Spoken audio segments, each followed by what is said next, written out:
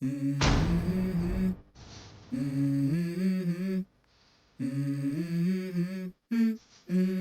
go. I wake up to a little bit of drool on my pillow, feel like it's gonna be a bad day. Yeah, I'm tired of shit, and the coffee ain't hit yet, damn ain't that great. I don't wanna go to work, cause my boss is a jerk, and I'm not even that paid. I need a change in my life, cause I don't feel alive, and there's nothing that makes me happy. Hold my beer for a minute, I'm about to... अस्सलाम वालेकुम। सैफुल एक दफ़ा फिर आपकी खिदमत में एक नए व्लॉग के साथ। आज मैं आपको एक ऐसी जगह की सैर कराने लेके जा रहा हूँ जो दुनिया से बिल्कुल कटी हुई है। बहुत कम लोग इसके बारे में जानते होंगे। ये राइड मेरी रहेगी कुछ 260-270 किलोमीटर लाहौर से, और लाहौर से लेके मुझे सफ़र के वक्त लगेगा कुछ 3.5 से 4 घंटे का। और इस जगह के बारे में मैं आपको बताता जाऊँ कि ये जगह एक पंजाब के अंदर रहते हुए यहाँ पे एक जजीरे की तरह की जगह है ये, जिसके चारों तरफ पानी है और एक पहाड़ की चोटी पे एक बहुत ही खूबसूरत और बड़ी पुरस्रार किस्म की जगह है जो कि लोगों की आंखों से ओझल है। तो मैं आज आपको लेके जाऊंगा एक नई जगह पे, तो चलिए मेरे साथ, मैं आपको आज एक नई जगह की सैर करवाता हूँ। अभी हम गुजरात पहुँच गए।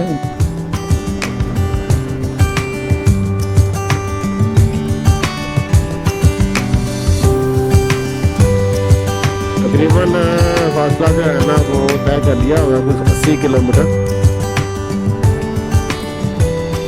ये सराय आलमगीर के करीब पहुंचते ही ये पहाड़ी सिलसिला थोड़ा सा शुरू हो जाता है। ये लाहौर की तरफ से आ रहे हैं, आपको सराय आलमगीर के रोड पे स्टॉप पे आके यहाँ से राइट टर्न लेना है, और ये राइट टर्न आपको जो है ना मीरपुर शहर की तरफ ले गया। दूसरा रास्ता इसका दीना की तरफ से है, वो रास्ता कदरे लंबा है। अब इस रास्ते का मुझे मालूम नहीं है कितना पक्का है, कितना अच्छा रोड है, लेकिन मैप जो है हमें वो इसी रोड की तरफ लेके जा रहा है। तो सराय आलमगीर से जैसे ही स्टॉप क्रॉस करते हैं सराय आलमगीर का, तो वहाँ से हमें यू टर्न लेना है, और यू टर्न लेके दोबारा लाहौर की तरफ मूव करना है, और साथ ही हमें लेफ़्ट टर्न लेके तो मीरपुर के रोड के ऊपर हमें इसको चले जाना है। रोड है अपर कनाल झेलम से ये रोड निकलता है, और दरिया झेलम से निकल के और आगे दरिया शनाब के साथ ये रोड मिल जाता है। ये लाइन पटरी आएगी। यहाँ रोड की कंडीशन बहुत बुरी है, काफ़ी अच्छा आ गया है। पीछे ही थोड़ा सा शुरू के अंदर रोड ख़राब था, अभी तो ये कारपेटेड रोड ही बना हुआ है।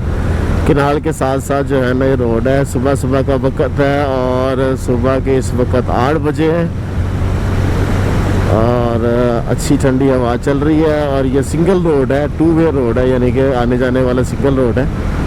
तो इस पर ख्याल से आप लोगों ने ड्राइव भी करना है, क्योंकि यहाँ पे बहुत तेज़ रफ्तार ट्रक और बस आगे थे। जैसे इसको देखें कैसी स्पीड में आ रहा है आगे से, के साथ साथ चलते आ रहे होते हैं। तो आगे आके आपके पास एक राउंड आएगा, एक चौक आएगा, और इस चौक से अगर आप बिल्कुल सीधा निकल जाते हैं तो ये भिम्बर की तरफ चला जाएगा। ज़ात कश्मीर का जी तहसील भी है भिम्बर। और इसी तरह यहाँ से हमें लेफ़्ट टर्न लेना है। लेफ़्ट टर्न लेंगे तो ये हमें मीरपुर की तरफ जो है लेके चला जाएगा। तो ये ख्याल करना है इस चौक के अंदर कि यहाँ से सीधे नहीं जाना, ये लेफ़्ट टर्न लेना है।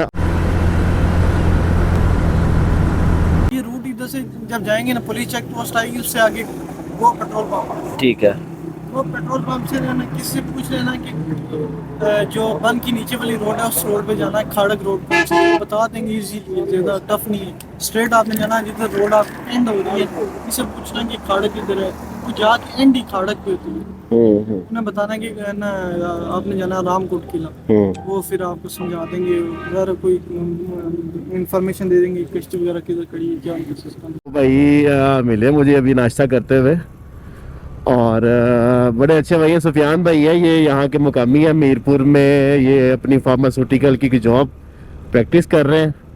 तो ये इन्होंने मुझे रास्ते की गाइडलाइन के लिए साथ मेरे जा रहे हैं। बड़े अच्छे लोग हैं यार आज़ाद कश्मीर के। तो वैसे भी मुझे पहले भी पता है, आज प्रैक्टिकली दोबारा देख लिया। एक तो नाश्ता किया इन्होंने, मुझे पे नहीं करने दिया, और ख़ुद ही इन्होंने पे भी किया नाश्ते को। Very thankful to you Sufiyan भाई। और अभी ये मुझे जो है वो रामकोट फोर्ट की तरफ जो शॉर्टेस्ट रास्ता है ये उसकी तरफ मुझे लेके चल रहे हैं मेरे साथ। आपका क्या नाम था? रियान। अच्छा, ये सुफियान भाई और यान ने मुझे रास्ता बताया। अभी इंशाल्लाह ये रास्ता आगे खाड़क की तरफ निकलेगा और वहाँ से आप मुझे कह रहे हैं कि कश्ती मिल जाएगी और वो आगे रामकोट किले तक लेके चली जाएगी।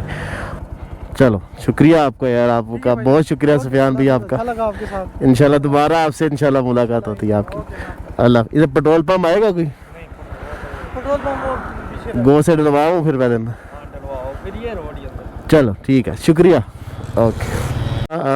जैसे ही हम उस रोड से अंदर आते हैं तो यहाँ पे ये कट है जो कि हमें लांचा वाला मोड़ जो है ना उस तरफ लेके जाएगा और यहाँ से हमने इसको लेफ्ट लेना है और ये आगे डैम के अंदर ले जाएगा हमें, जहाँ से कश्ती जो है ना वो मिलेगी, जो आगे तक जो है हमें लेके जाएगी। तो लेट्स सी, देखते हैं क्या बनता है, किस तरह का रास्ता है, कहाँ से हमें मिलती है कश्ती। ये शॉर्टकट रास्ता है जो सुफियान भाई ने मुझे बताया है। मैं जा रहा था डडियाल वाली साइड से, जो बिल्कुल डैम के ऊपर से घूम के रोड जो है ना वो आगे तक जाता है, और ये रास्ता इन्होंने इस तरफ से बताया है जो कि शॉर्टकट रास्ता है। पॉइंट आएगा हमारे पास, बोर्ड लगा हुआ है UK boating club, Mangla dam और रामकोट किले की सैर के लिए बोटिंग पॉइंट बड़बन इस नाम से है। इधर से चलते हैं नीचे, देखते हैं कि नीचे इनके पास क्या क्राइटेरिया है बोटिंग का। तो ये एक रास्ता नीचे की तरफ जा रहा है यूके बोटिंग क्लब के नाम से ना। ये मंगला डैम के अंदर का रास्ता है सारा। देखते हैं आगे चल के क्या सूरत हाल है इसकी। यहाँ से तो रोड की हालत माड़ी है वैसे। कैसा सारा डैम का नज़ारा है। ये पूरे का पूरा बहुत बड़ा रीजन है डैम का। असल में हमें डैम वो सिर्फ मंगला डैम नज़र आता है जहाँ पे डैम बना हुआ है। हम समझते हैं कि शायद उसके आसपास जो पानी खड़ा हुआ है वही है, लेकिन आप गूगल पे भी इसको देखोगे तो बहुत बड़ा रीजन जो है वो डैम के अंदर आया हुआ है। बहुत बड़ा हिस्सा पानी के अंदर होता है। तो ये सामने भी व्यू आपको नज़र आ रहा है इस वक्त यहाँ पे, लेकिन कोई बोटिंग के लिए यहाँ पे कोई चीज़ या कोई गाड़ी कोई बोट जो है ना वो फ़िलहाल तो मुझे नज़र नहीं आ रही। अब देखना पड़ेगा आगे चल के कि बोटिंग का क्या क्राइटेरिया है और कहाँ से बोटिंग जो है ना वो होती है। बड़ी खूबसूरत नज़ारा है यहाँ से डैम का।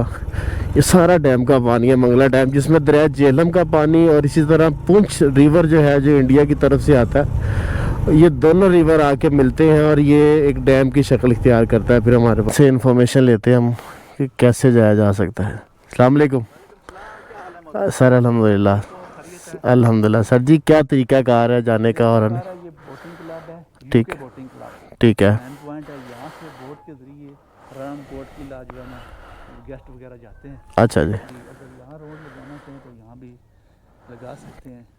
ठीक है। कितना टाइम लगता है, क्या चार्जेस है उसका? हमारे पास मुख्तलिफ बोटें हैं, आप चेक करें। फास्ट वाली भी है जो मैक्सिमम 8 से 10 मिनट में जाती है। अच्छा, और दूसरी दरमियानी वाली भी है, वो कितनी देर में जाती है? वो जाती है मैक्सिमम 15 मिनट में। करीब है यहाँ से रामकोट? वो जो नज़र आ रही है बादी सफ़ेद मकान, ठीक है। डैम से दूसरा किनारे से पीछे है। अच्छा, तो चार्जेस क्या हैं, कैसे हैं? और डिस्काउंट करके हम देते हैं जो है ना 13,000। अच्छा, और जो दूसरी आधे घंटे वाली है वो 10 मिनट वाली उसका ज़्यादा चार्ज होगा। तो सर जी ये तो बोटिंग का ले रहे हैं 13,000 रुपये पर बोट ले रहे हैं, और यहाँ से 10-15 मिनट की जो है ना कश्ती राइड है जो कि वहाँ पहुँचने में रामकोट किले तक के लेते हैं, और 13,000 रुपये ये कश्ती का मांग रहे हैं। देखते हैं अभी किसी और का इंतज़ार करते हैं, साथ कोई और अगर हमें साथ मिल जाए। बाइक को ज़रा पार्क करते हैं एक साइड पे, फिर देखते हैं। मैं पहुंच गया हूँ यूके बोटिंग क्लब के ऊपर, और नज़ पासपोर्ट ऑफिस अड्डा लांच D3 मीरपुर इसका एड्रेस है। आप इसको पॉज करके भी इसको देख सकते हैं। और इसी तरह जब आप इसके अंदर आते हैं तो यहाँ पे ये एक फ्लोटिंग बोट टाइप ये एक बना हुआ है जो कि पानी के साथ साथ जो है ना ऊपर और नीचे जो है ना बैक के ऊपर नीचे चला जाता है। और पानी का लेवल जो है ना इसका यहाँ तक चला जाता है गर्मियों के अंदर। फ़िलहाल पानी जो है वो चूँकि नहरों को दिया जा रहा है इसलिए पानी का लेवल बहुत नीचे आ गया हुआ है। और अगर हम इसको विज़िट करें तो इसके अंदर इनके पास काफ़ी किस्म की बोट मौजूद है, जो कि फ़ास्ट बोट्स भी मौजूद हैं जो कि अपना सफ़र 10-15 मिनट में पूरा कर लेते हैं। इनके पास जो है वो ये फास्ट बोर्ड्स के अंदर ये बोर्ड एक शामिल है और एक ये एक बोर्ड शामिल है। और ये भाई अभी हमें सैर कराने। आपका क्या नाम है सर जी? अस्सलाम। ये क्या नाम है आपका? मोहम्मद वसीम साहब अभी हमें सैर करवाने लेके जा रहे हैं मंगला डैम के अंदर। ये भी एक बोट है लेकिन ये फास्ट नहीं है मेरा ख्याल है, दरमियानी। ये फास्ट बोट है आपके पास सारी? चलें। अच्छा, यूके बोटिंग क्लब के अंदर एक फैसिलिटी ये भी है कि ये इवनिंग और नाइट फंक्शंस के लिए भी जो है ना यूज़ किया जाता है, जिसमें कोई 50 लोगों की सीटिंग नीचे मौजूद है। और इसी तरह अगर मैं छत पे आपको दिखाऊं तो छत पे तकरीबन 100 लोगों की जो है ना वो सीटिंग मौजूद है। ये देखें यहाँ पे भी सीटिंग मौजूद है और रात के टाइम में यहाँ पे बारबेक्यू और डिनर के लिए बड़ी अच्छी जगह मौजूद है। अच्छा जी, मंगला डैम की बोटिंग ने शुरू कर ली।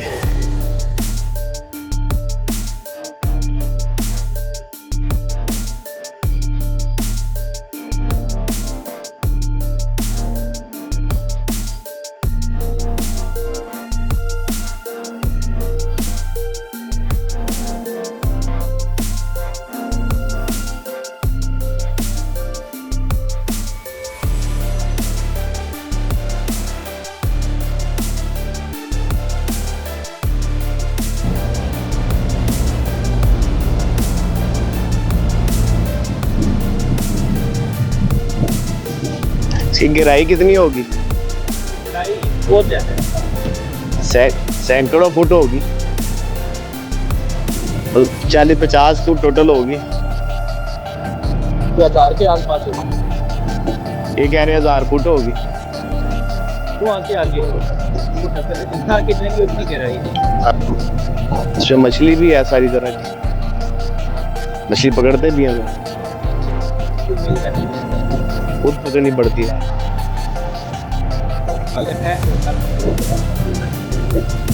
कौन सी मछली होती है? सारी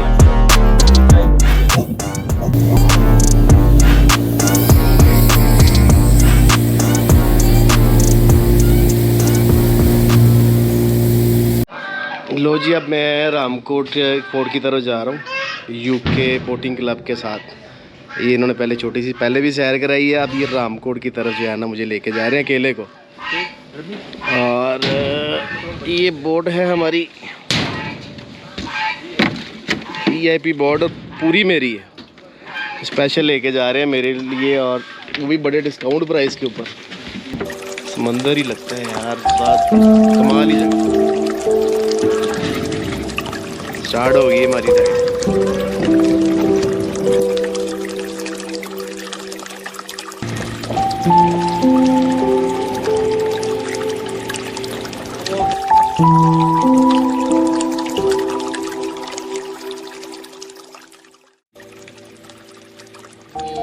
रामकोट के करीब करीब आ गए। रामकोट किला जो है ना बिल्कुल समंदर की तरह, दरमियान में जजीरे की तरह। लिटरली ऐसे लग रहा है जैसे बंदा किसी समंदर के जजीरों के अंदर आ गया। और ये पहाड़ एक समंदरों के अंदर जजीरा नुमा नज़र आ रहे हैं इस वक्त। और हवा ठंडी है। ये पूरे का पूरा मंगला डैम है। अच्छा, तो ये सामने किला है रामकोट फोर्ट के नाम से। अगर बोर्ड पे आप आते हैं पासपोर्ट ऑफिस की तरफ से तो तकरीबन 15 से 20 मिनट का सफ़र लगता है बोर्ड के ऊपर, वो भी फास्ट बोर्ड के ऊपर अगर आप आते हो। और बिल्कुल मंगला डैम के दरमियान में एक जजीरे की तरह नज़र आता हुआ ये आप मेरे सामने देख रहे हो, ये रामकोट फोर्ट है। काफ़ी मुश्किल है इसकी हाइकिंग जो है। ऊपर से इस रास्ते से जाके आप उस किलों को जो है ना एक्सेस कर सकते हैं ऊपर जाके। और काफ़ी मुश्किल इसका एक रास्ता बना हुआ है यहाँ से। पहले से भी कुछ लोग मौजूद हैं यहाँ पे। अच्छा जी, ये इसका रास्ता है रामकोट फोर्ट, मंगला डैम। ऊपर फोर्ट है, ये लोग कुछ पहले से भी आए हुए हैं। और ये इस रास्ते से वो एक बोर्ड पीछे और भी आ रही है। ये रास्ता है ज़रा थोड़ा सा मुश्किल। लेकिन इजी एक्सेसिबल है, सीढ़ियाँ बनी हुई हैं। ये इसकी सीढ़ी है।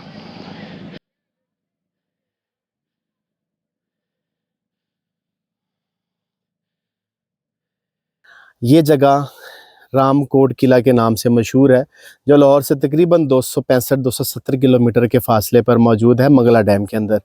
और इसको इस तक पहुंचने के लिए मुख्तलिफ रास्ते इख्तियार किए जाते हैं। सबसे आसान और कम फासले वाला रास्ता लाहौर से सराय आलमगीर के रास्ते से अगर आप मीरपुर की तरफ तशरीफ़ लाते हैं तो ये आपके रास्ते में आपको आसान रास्ते से मिल जाएगा। दूसरा रास्ता इसका दीना की तरफ से मंगला डैम, मीरपुर, और उसके बाद आप इस जगह पे पहुंच सकते हैं। ये जगह इतनी ज़्यादा कदीम हो चुकी है कि अब इसके बाकियात सिर्फ बकाया रह गए हैं, और इसके अंदर इतनी ज़्यादा खस्ता हालियत हो चुकी है, इस कदर तोड़ फोड़ हो चुकी है कि इसके कुछ बाकियात ही सिर्फ हमें अब नज़र आते हैं। इसके अंदर मुख्तलिफ़ किस्म के 2 तालाब मौजूद हैं जो उस वक़्त पानी को ज़ख़ीरा करने के लिए इस्तेमाल होते थे, और साथ ही साथ इसके अंदर कुछ मंदिर के असरात भी मौजूद हैं जो अब सिर्फ असरात के तौर पर रह गए हैं। अब इसकी बैरूनी दीवारें इस काबिल नहीं रहीं कि इनके ऊपर हाथ भी रख के खड़ा हो सके, काफ़ी खस्ता हालत हो चुकी है। लेकिन बाकी किलों की तरह ये किला भी आज अपनी ज़वाल का शिकार हो रहा है, और जैसे बाकी जगहों पर गवर्नमेंट की तरफ से और लोकल गवर्नमेंट की तरफ से कोई ख़ास रेनोवेशन या उसका ख्याल नहीं रखा जा रहा, इसी तरह इस किले का भी यही हाल हो रहा है। ये किला एक जजीरा नुमा पहाड़ के ऊपर मौजूद है, और जिसके चारों तरफ दरिया जेहलम का पानी बह रहा है। उस वक़्त ये दरिया जेहलम था, और आज ये मंगला डैम के नाम से मशहूर है। इसके चारों तरफ पानी है, और इस तक पहुँचने का वाहिद एक रास्ता कश्ती के ज़रिए, बोट के ज़रिए यहाँ तक पहुँचने का है। कश्ती वाले मुख्तलिफ़ किस्म के रेट अपने अपने तय करते हैं, कोई आपसे 12,000, कोई 13,000 और कोई 20,000 रुपये भी आपसे पर बोट के लिए मांगेगा। ये किला इस वक्त नीलम झेलम दरिया के अंदर मौजूद है, जो किसी वक्त में सिर्फ दरिया हुआ करता था। 1949 में जनरल अयूब ने इस डैम का इफ्तिताह किया, इस डैम को बनाने का आगाज़ किया। उससे पहले ये सिर्फ एक दरिया था, जो दरिया जेहलम और नीलम के नाम से मशहूर था, और उस दरिया के पानी के अंदर 10वीं सदी ईस्वी से पहले ये किला तमीर किया गया। और उसके बाद डैम की तमीर के बाद इसके आसपास की सारी आबादी जो है वो पानी की नज़र हो गई, और अब इस तक पहुंचने का सिर्फ एक ही रास्ता है, जो कि कश्ती के ज़रिए है। इसका सफ़र बड़ा मुश्किल है, और कश्ती में तकरीबन 20 मिनट लगते हैं कश्ती में आने में, और अभी तक इसकी कुछ हालत तो ठीक है, वरना ज़्यादातर हालत इसकी ख़राब हो चुकी है। और ये पहला तालाब था, इसको जूम करके आप देख लेंगे। इस तालाब में जो है दोनों तरफ से पानी जो बारिश का होता था वो इस तालाब में पानी जमा किया जाता था, और दोनों तरफ से आप देख रहे हैं इसके साइडों पे रास्ते बने हुए हैं पानी के तालाब को पानी जमा करने के लिए। ये रास्ता बारिश का पानी जब भी आता है इस रास्ते के ज़रिए से पानी इस तालाब में जमा हो जाता है, और पहले ये पानी यहाँ पे जमा होता है, इसके बाद ये इसको भरने के बाद पानी इसके अंदर से इस तालाब में चला जाता है, और ये पानी फिर इस्तेमाल के लिए मुख्तलिफ कामों के लिए इस्तेमाल में लाया जाता है। ये इस किले की बैरूनी दीवार है, जो अभी तक किसी हद तक कायम है। ये कुछ कमरे की शक्ल है, लेकिन अब इसकी छत तो मौजूद नहीं रही, और इसकी छत जो है वक्त के हालात के नज़र हो गई, छत इसकी गिर गई, और अब सिर्फ ये कमरे की इमारत रह गया है। हाँ, इसी तरह ये एक और कमरा भी उस वक़्त का, इसके अंदर भी अब जो है छत नहीं है, सिर्फ इसकी जो है ना इस वक्त दीवारें मौजूद है सिर्फ। वो पहला तालाब था जो किले के अंदर दाखिल होते साथ ही नज़र आया। उसके बाद उसी तरह का एक और तालाब भी मौजूद है, जो कि बारिश के पानी को ज़ख़ीरा करने के लिए इस्तेमाल होता था, और इस वक्त जो हालत है वो तो नापैद हो चुकी है इसकी, लेकिन उस वक्त बारिश का पानी जब भी आता था वो इस तालाब में जमा हो जाता था। और उस वक्त के लिए ये सिक्योरिटी बुनियादों के लिए एक तोप खाना जिसको कहा सकता है, दुश्मनों के ऊपर तोप से गोलाबारी करने के लिए ये जगह तमीर की गई उस वक्त किले में। और इसकी जो हाइट है वो बाकी किले की निस्बत थोड़ी ऊंची रखी गई, और उस वक्त के दौर की तोप जो है वो इस वक्त भी मौजूद है। ये उस वक़्त की तोप है जो गोलाबारी करने के लिए इस्तेमाल की जाती थी। इसका रुख कश्मीर की तरफ है और ये मुख्तलिफ़ सिमतों में उस वक़्त मूव की जा सकती थी और ये वो रास्ते थे जहाँ से गोला बारूद जो है वो दुश्मन की तरफ फेंका जा सकता था। ये वो रास्ते थे या वो रोशनदान थे जहाँ से उस वक़्त गोला बारूद जो है दुश्मन पे फायर किया जाता था। और इसके सामने क्या खूबसूरत नज़ारा।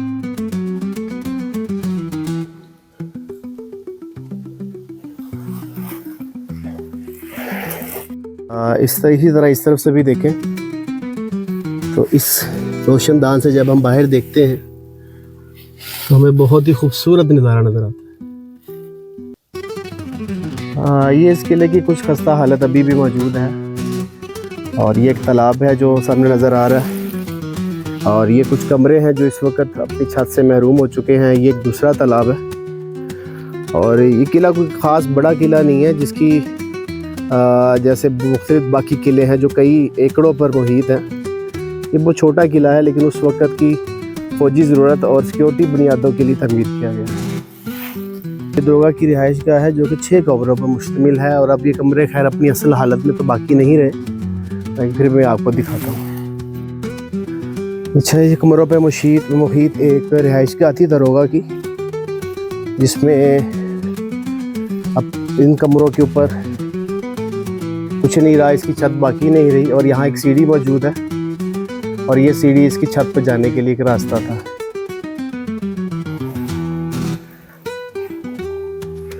इसी तरह इस तरफ भी कमरे मौजूद हैं और इस तरफ भी छत मौजूद थी और सीढ़ी ऊपर जाने के लिए मौजूद थी। हाँ, किले की अपनी असली हालत तो अब ख़त्म हो चुकी है। देखें क्या हालत हो गई है इस किले की। इसके ऊपर भी छत मौजूद थी और ये भी एक कमरा था। ये बड़े कमाल किस्म के रोशनदान हैं जो हवा की आमदोरफ्त के लिए भी इस्तेमाल होते थे और इसी तरह दुश्मन पर नज़र रखने के लिए भी इस्तेमाल किए जाते थे। ये किले के चारों तरफ मौजूद है। इसी तरह ये भी एक कमरा था जिसके ऊपर छत मौजूद थी और उसके 2 दाखिली रास्ते थे और इसके साथ ये भी देखें, ये भी इसके रोशनदान रोशनी के लिए भी और हवा के लिए भी इस्तेमाल होते हैं। और इस तरह ये कमरा मौजूद है जिसके ऊपर अभी आज भी छत मौजूद है। किले में अभी भी मुख्तलिफ जगहों पे कुछ मंदिर के असरात भी नज़र आते हैं, लेकिन वो अब इस हालत में नहीं रहे कि उसकी शनाख्त की जा सके कि आया कि वो मंदिर था या कोई मज़ार था। लेकिन ज़माना कदीम से इसी बात पे ज़्यादा एतबार किया गया है कि ये मंदिर की कुछ अलामात है जो कि ज़ेरी हिस्से में 2 तालाब और एक मंदिर की बाक़ियात नज़र आती हैं। इसी तरह जब ज़ेरी हिस्से से हम बलाई हिस्से की तरफ जाते हैं और उसके भी कुछ सिर्फ बाक़ियात रह गई हैं, कुछ सीढ़ी के असरात और कुछ टूटी फूटी दीवारें और कुछ दीवारें अब इस हालत में हैं कि शायद वो आपके हाथ लगाने से भी नीचे आ जाए। यहाँ पर भी दीवार के कुछ असरात मौजूद हैं और अब ये दीवार नहीं रही यहाँ पे।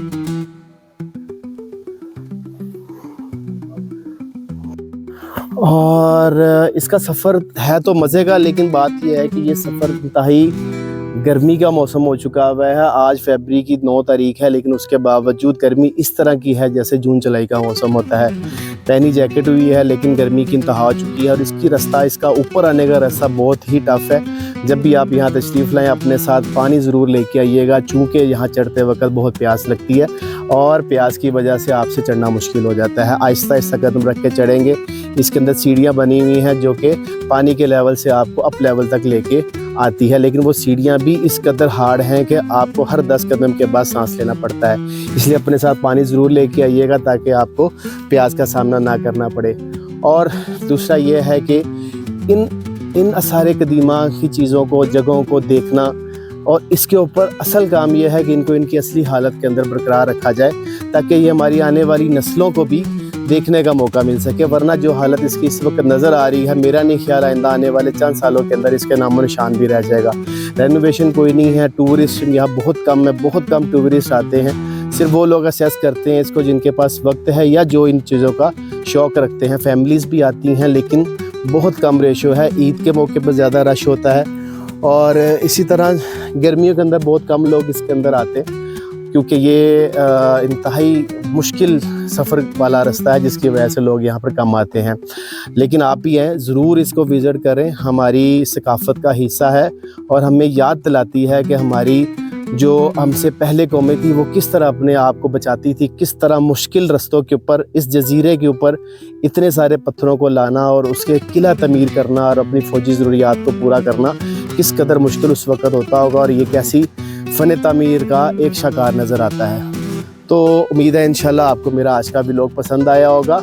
अगर आपको व्लॉग पसंद आया हो तो लाइक, शेयर और सब्सक्राइब का बटन ज़रूर दबा दीजिएगा, ताकि आपकी कीमती और अच्छी राय के साथ मज़ीद अच्छी वीडियोस और अच्छे व्लॉग्स और नई नई जगह आपको दिखाने के लिए मौका मिल सके। तो दुआओं में याद रखिएगा। इंशाल्लाह नेक्स्ट व्लॉग में किसी और अच्छी और ख़ूबसूरत जगह का एक नया विज़िट, नया व्लॉग लेके आपके सामने इंशाल्लाह नेक्स्ट टाइम हाज़िर होंगे। इजाज़त दीजिए। अस्सलाम वालेकुम।